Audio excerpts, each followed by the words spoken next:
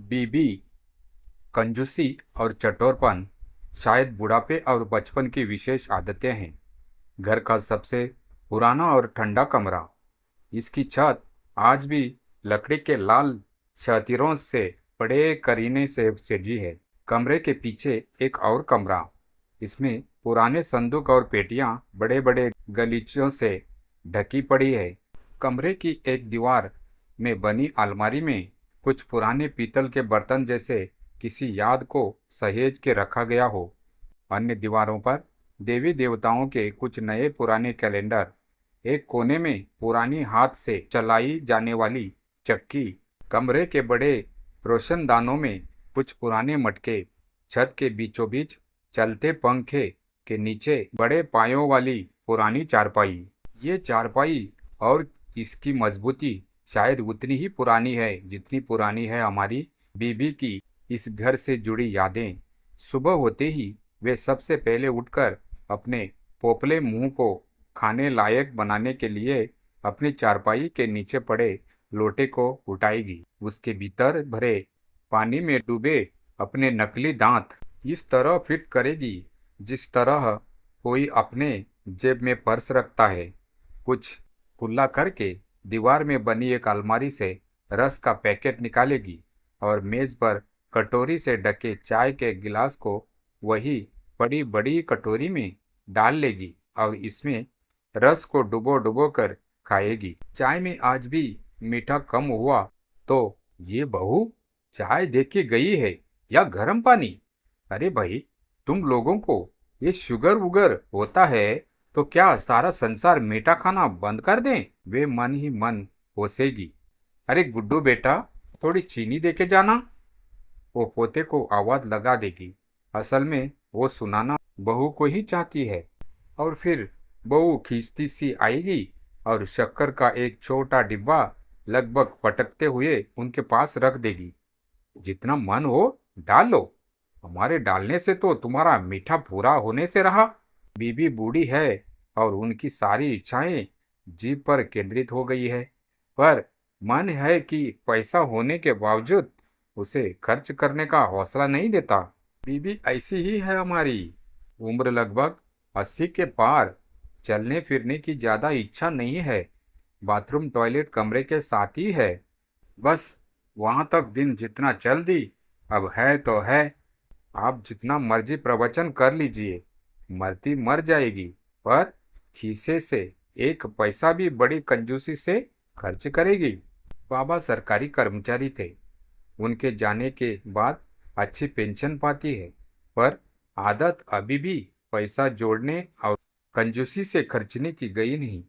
बच्चों की तरह अपने पास पड़ी विशेष खाने वाली वस्तु को किसी के साथ नहीं बांटेगी। रोटी सब्जी जो घर में बनी हो वो पेट भर गुजरा करती है। दलिया खिचड़ी की पूरी शौकीन, कब्ज की मरीज हो, दूसरों के लिए थी। अरे भाई, जब कुछ आने लायक होगा तो अपने आप बाहर आ जाएगा। सारा दिन बेकार पकाने की चिंता किए रहते हो। उनके लिए लफ्ज एक वहम थी। चाचा पिताजी सब समझाते, अब तुम्हारा हाजमा कमजोर पड़ गया है, सलाद दाल और फल ज्यादा खाया करो। पर वे टस से मस न हुई, उल्टे उन्हीं को सुनाते हुए कहती, अपने घर वालियों का हाजमा संभालो। हमने तो तुम सबको जो खा के पैदा किया और बाद में खाया, उसी की बदौलत अभी तक काम चल रहा है। एक ये है फल सलाद खाने वाली, बच्चे भी जन्मे तो पेट चिरवा के। झाड़ू पोछा वो उनसे बैठ के होता नहीं। अभी क्या उम्र है इनकी, और सब घुटने पकड़ के हाय हाय करती रहती है।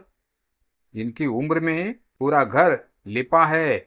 मैंने गोबर और मिट्टी से पैरों के सिरहाने बैठकर मुझे कहती है कि मेरा हजमा कमजोर है। फिक्र मत करो, तुम्हारे ऊपर अपनी देह का बोझ नहीं पड़ने दूंगी। ईश्वर ने चाहा तो खाती पीती और चलती फिरती मरूंगी। पिछले 10 सालों में 3-4 बार उनकी तबीयत खराब हुई। लगा कि अब कुछ दिन की मेहमान है। डॉक्टर से चेकअप होता, सारे टेस्ट सही आते, शुगर बीपी सब नॉर्मल, थोड़ा बहुत कोलेस्ट्रॉल बढ़ा दिखता, 2-4 दिन दवा पानी खाकर फिर ठीक हो जाती। खाने पीने की फिर वही आदतें, अच्छी तड़का लगी खिचड़ी, गुड़ की शक्कर से सरोबार, गेहूं का दलिया और तली बघारी सब्जी बीबी के खान पान में फिर शामिल हो जाते। रिश्तेदार और आस पड़ोस के लोग कहते कि जो मांगती है वही दे दो, उसके भाग का है, पूरा कर रही है, सेहत की ज्यादा चिंता मत करो। घर की सब बहूएं बुनबुनाती हुई सुनती, उन्हें भी आदत पड़ चुकी थी। बाकी कड़वा सच तो था ही, रात के खाने में अगर दाल बनती तो मुंह फुला लेती, मन मारकर रोटी के टुकड़े को दाल से जरा जरा सा छुआ कर खाती। माँ चाची उनके नखरों को लेकर बड़बड़ाया करती। बीबी के नखरेबाज होने का भी कारण था। वह अक्सर बताया करती कि किस तरह उनके जब वो कुंवारी थी, किस प्रकार सारे घर का काम काज संभालती थी। 5 भाइयों की इकलौती बहन, भाई और पिता खेती का सारा काम संभालते। जमीन काफी थी। घर में 5 भैंसें और 2 देसी नस्ल की गाय थी। उनका दूध दुहाना, संभालना, मथना आदि सब काम बीबी के जिम्मे थे। घर में दूध, लस्सी, घी की कोई कमी नहीं थी, पर सब बीबी का नियंत्रण था। चौके में चूल्हे पर रखे बड़े मिट्टी के बर्तन में दूध कड़ता रहता। खेत में जब फसल का काम होता तो चाय लस्सी सब बीबी खेत मजदूर के हाथ भेजती। 20-20 जनों की रोटियां बना पकाकर भोजन सब बीबी अपनी भाभी के साथ करवाती। उसकी माँ गठिया की मरीज थी, जिस कारण उनसे ज्यादा काम न होता था। शाम मुंह अंधेरे जब भी और पिता घर लौटते तो चूल्हे पर कड़ रहे दूध में आटे से बनी सवैया पक चुकी होती। बीबी खुद सबको बड़े कटोरों में भर भर कर खाने को देती। पास में गुड़ की शक्कर का भरा कटोरदान पड़ा होता, जिसका जितना मन होता अपनी सेवइयों में डाल लेता। उन दिनों लोग शारीरिक मेहनत ज्यादा करते थे, इसीलिए मीठा खूब खाते, पर किसी को शक्कर रोग नहीं होता था। बीबी कई बार भाइयों के लिए रोटियों में शक्कर और खूब सारा घी डालकर चूरी कुटती और उनके लड्डू बनाकर साथ में रख देती। सब भाई बांटकर खाते और बीबी की बड़ी प्रशंसा करते। भाभी को भी अपनी ननद का पता था कि खाने में दाल उसे बिल्कुल पसंद नहीं। तली बघारी सब्जियों हो, खिचड़ी, दलिया, सवैया, खीर पूड़े हो, यही बीबी की पसंद थे। 5.5 फुट से ज्यादा लंबी बीबी घर के कूड़े करकट से भरी 30-40 किलो के बड़े टोकरे को ऐसे ही थोड़ा उठाकर बाहर ढलान में फेंक आती। सारे पशुओं का गोबर खींचना, इकट्ठा करना और उसके बाहर लगी रूढ़ी पर फेंकना बड़े जोर का काम थे। बीबी सब बड़े हिम्मत से करती। ये घर का काम था। हवेली ज्यादा रहने वाले में तेरे बाबा और उनकी माँ, काम तो एक आंगन और कमरे से चल जाता था, लेकिन पूरे घर को मैं झाड़ू पोछा लगा के साफ रखती। पूरे घर का फर्श गोबर और मिट्टी से लिपती। मेरे भाई ने एक बार गांव से ही मिस्त्री भेज दिया और उसके साथ खुद काम करवा के सब टूट फूट की मुरम्मत करवाई। बंटवारे के बाद जब सरकार ने एक घर का कब्जा दिया था तो मेरे ससुर को ये घर मिला। परिवार बड़ा था, इसीलिए घर भी काफी बड़ा था। पहले इस घर में मुसलमान रहते थे। सुनते हैं जाने से पहले अपना सब दबा गड़ा अपने जान पहचान वाले पड़ोसियों को दे गए थे। हम लोग भी ऐसे ही लूट पीट कर लाहौर से इधर आए थे। तब बड़ा बुरा वक्त था। मैं भी कोई 12-13 साल की रही होंगी, बीबी बताती, और हम बच्चों की आंखों के सामने कितने ही दृश्य जैसे साक्षात होने लगते। अच्छा बीबी, अपने घर से कोई सामान वगैरह नहीं निकला जो मुसलमान छोड़ गए थे? हमें जिज्ञासा होती जानने की। अरे कहाँ, 2-2 फुट चौड़ी दीवारें थी, इस हवेली में दीवार में कहीं कहीं ईंट की छिपे कोई खड्ड सी होती, उसमें मिट्टी के बर्तन निकलते या उनमें चूना भरा होता।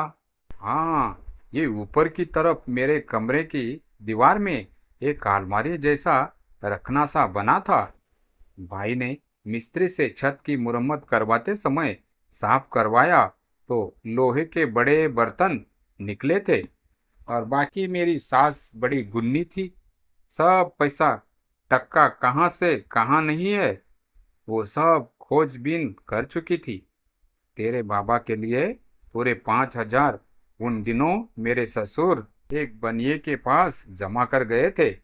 उनके मरने के बाद जब मेरी सास बनिए से पैसे मांगने गई तो वो साफ मुकर गया। कहने लगा, पैसे तो दिए थे लेकिन सिर्फ 2,000, ये लेने हो तो जब मर्जी ले जाओ। मेरी सास ने बहुत शोर मचाया पर बनिया एक न माना और 2,000 देकर पल्ला झाड़ गया। कहते हैं कि 1 साल के भीतर ही बनिए का बड़ा लड़का मर गया। उसकी घरवाली को वहम रहने लगा। बनिए की घरवाली ने मेरी सास के पैर पकड़े और बाकी पैसे देकर भूल चूक मानी। उस जमाने में 5,000 बड़ी रकम होती थी।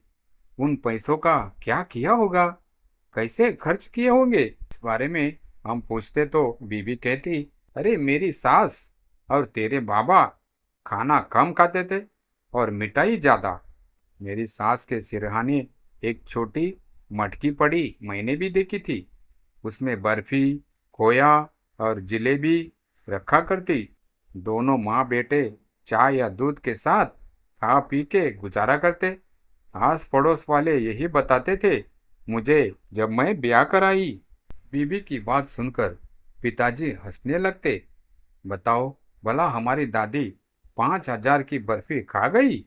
माँ, उन दिनों रुपये किलो की तो बर्फी का रेट होगा, तुम भी क्या बात करती हो।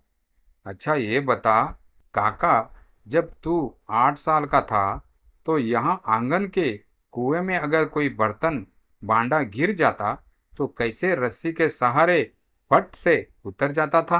आजकल ये तेरे बच्चे इतने बड़े हो गए हैं, पर है कोई जो ऐसा जोखिम वाला काम कर सके? चुबारे की सीढ़ियां चढ़ते तो इनके दम फूल जाते हैं। अरे ओले लोगों की खुराक भी थी और काम भी बहुत थे। अब तो न ढंग का खाने को है और न कोई जोर वाला काम। बीबी की बात सुनकर सब चुप कर जाते। दोस्तों, आगे की कहानी बीबी भाग 2 में।